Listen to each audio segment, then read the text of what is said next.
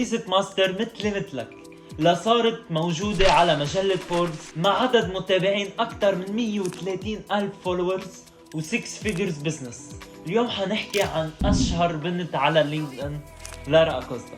كيف بلشت من الصفر وكيف لحتى صارت هالقد بنت مشهورة ومؤثرة على لينكد إن، كيف لحتى أصلا صارت موجودة وكتبوا عنها ارتيكل على مجلة فوربس. خليك معي للآخر لتعرف كيف. كله بلش من وقت الكورونا. كانت عم تعمل سكرولينج على لينكد إن، كل ما تفتح بوست تلاقي I am happy to announce I got a new job. I am happy to announce I got this award for my company.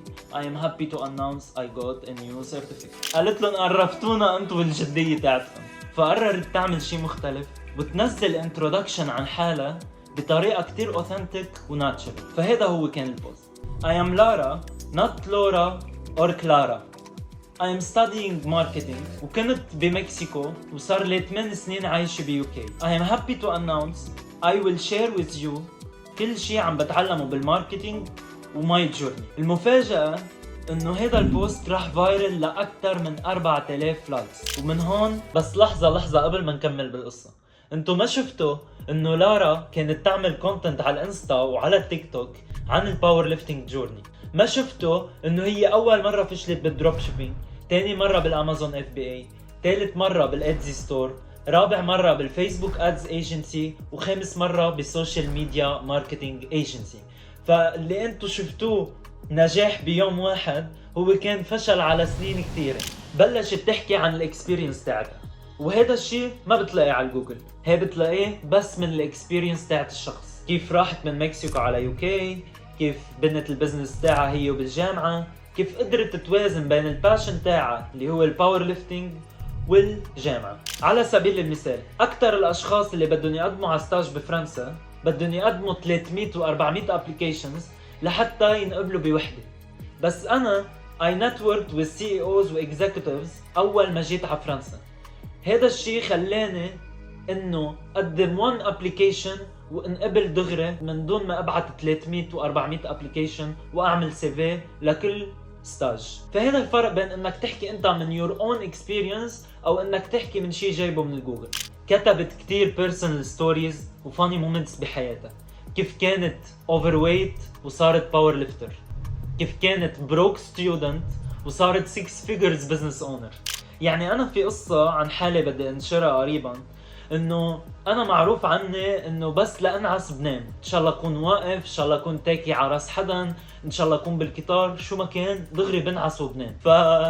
ورفقاتي كلهم بيعرفوا هيدي الشغلة عندي. فهيدي it's a funny story to share it على لينكد ان، و people they will feel more closer لإلك. يعني بحسوا انه هيدا كتير natural وهيدا كتير authentic، خلينا نتابعه. بس سألوا لارا كيف فيني كون صادق بالكونتنت تاعي، جاوبت Being authentic is not part of a marketing strategy. انت بس بدك تكون صادق بالمحتوى، ما بدك تحاول انك تكون صادق، انت بدك تكون صادق من قلبك.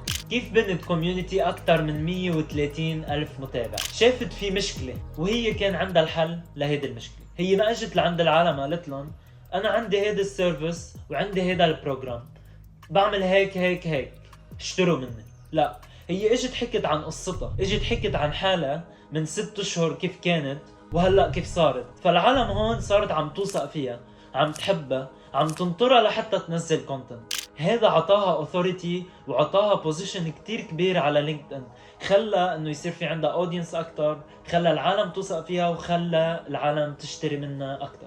3 دروس بنتعلمهم من لارا أكوستا.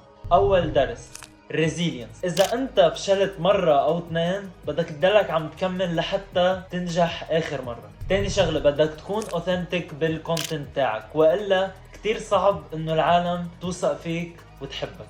وثالث شغلة، عادي كتير إنك تشتغل for free أول ما تبلش، لأنه أنت بعد ما عندك experience، بعد ما عندك كيس ستاديز، بعد ما عندك ولا شيء. فاذا اشتغلت فور فري وجبت ريزلتس كتير منيحه فور فري، حيصير بيد، حيجيب لك مصاري اكثر. اذا وصلتوا لهون حتعرفوا كيف انكتبت قصه لارا أكوستا بفوربس. لارا أكوستا كان عندها كلاينت مانجر بفوربس، بلشت تكتب له كونتنت، ومن بعد كم شهر جابت له نتائج كتير كبيرة ومهمة. فهذا الكلاينت كتب قصة عن لارا أكوستا ونزلها على فوربس. وهذه هي قصة لارا أكوستا. وإذا حابين تتابعوا قصص ومحتوى خاصة بالبيرسونال براندنج، اعملوا سبسكرايب ورنوا الجرس لحتى يوصلكم كل فيديو بنزله كل جمعة.